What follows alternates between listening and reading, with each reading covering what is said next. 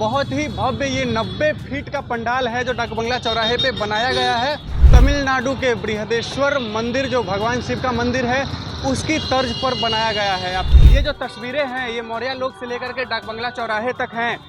आपको दिखाते चले कि ये जो तस्वीरें हैं इसमें रंग बिरंगे लाइट से सजाया हुआ गेट लगातार यहाँ से डाकबंगला चौराहे तक बनाया गया है। इस बार माँ की जो प्रतिमा है यहाँ पर वो 25 फीट की प्रतिमा है, बहुत ही खास है। इस बार तमिलनाडु तंजौर का बृहदेश्वर भगवान शिव का मंदिर बना रहे हैं। ये आपको 90 फीट ऊंचा है और 55 फीट चौड़ा है। पूरे पंडाल को हम लोगों ने वास्तविक जो मंदिर है उसका रूप देने का कोशिश किए हैं और इसका डिज़ाइन कलकत्ता आर्ट कॉलेज के रितेश चटर्जी ने किया है।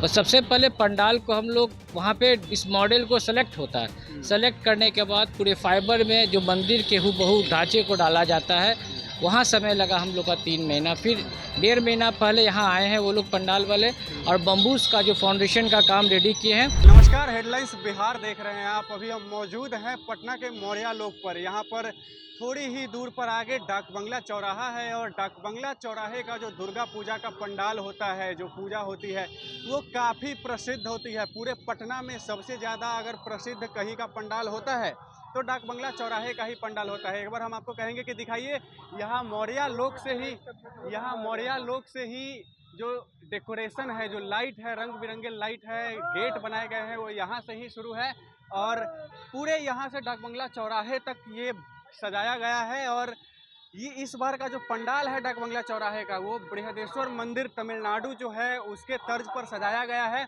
हम आपको आगे वह भी दिखाएंगे और बताएंगे कि ये जो पंडाल है कितना भव्य बनाया गया है। कहा जा रहा है कि वो पंडाल 90 फीट का बनाया गया है इस बार। और अभी फिलहाल आप ये देखिए, ये जो तस्वीरें हैं ये मौर्य लोक से लेकर के डाकबंगला चौराहे तक हैं।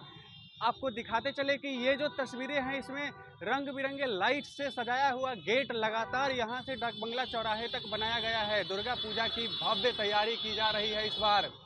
लगातार जो है सजावट, आपको अंत नहीं है इसका। यहाँ से सीधे डाकबंगला चौराहे तक दिखेगा।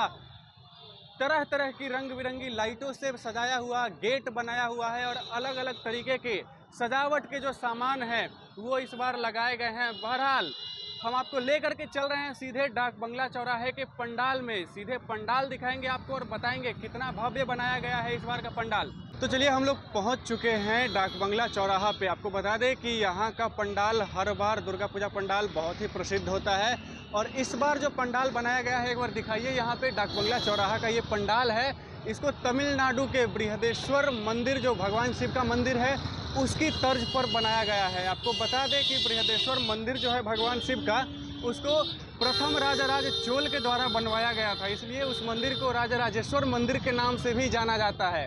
और उसी के तर्ज पर यहाँ पर डाकबंगला चौराहे का ये पंडाल बनाया गया है। बहुत ही भव्य ये 90 फीट का पंडाल है जो डाकबंगला चौराहे पे बनाया गया है। और इस बार माँ की जो प्रतिमा है यहाँ पर वो 25 फीट की प्रतिमा है, बहुत ही खास है इस बार डाकबंगला चौराहे का पंडाल और माता की प्रतिमा। हमारे साथ बातचीत करने के लिए यहाँ पर डाकबंगला चौराहा पूजा समिति के कोषाध्यक्ष अमित जी हैं। चलिए क्या कुछ कहा है उन्होंने दिखाते हैं आपको और छोड़े जाते हैं उनके वीडियो के साथ।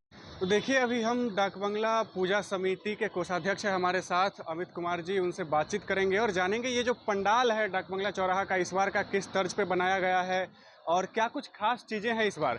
तो ये सुनने में आ रहा है कि जो प्रतिमा है इस बार बहुत भव्य है, पंडाल भी बहुत भव्य है, कुछ बताइए उसके बारे में। सबसे पहले पूरे बिहार की जनता को दुर्गा पूजा की हार्दिक शुभकामनाएं।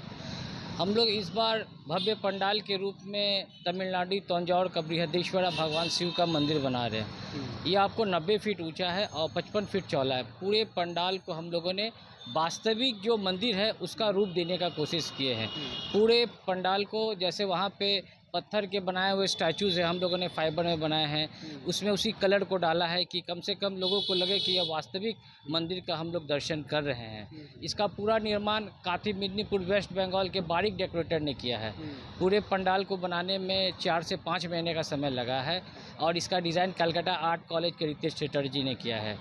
और सबसे पहले पंडाल को हम लोग वहाँ पे इस मॉडल को सेलेक्ट होता है। सेलेक्ट करने के बाद पूरे फाइबर में जो मंदिर के हूबहू ढांचे को डाला जाता है, वहाँ समय लगा हम लोग का 3 महीना। फिर 1.5 महीना पहले यहाँ आए हैं वो लोग पंडाल वाले और बम्बूस का जो फाउंडेशन का काम रेडी किए हैं और उसके बाद ट्रक से हमारा माल वहाँ से यहाँ आया है और अब असेंबल हो रहा है पंडाल के रूप में।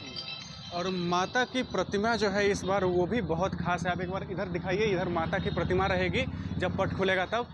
माता की प्रतिमा के बारे में कुछ बताइए। बिल्कुल, इस बार माँ का आशीर्वादी रूप को हम लोगों ने जनता को सौगात के रूप में दिया है।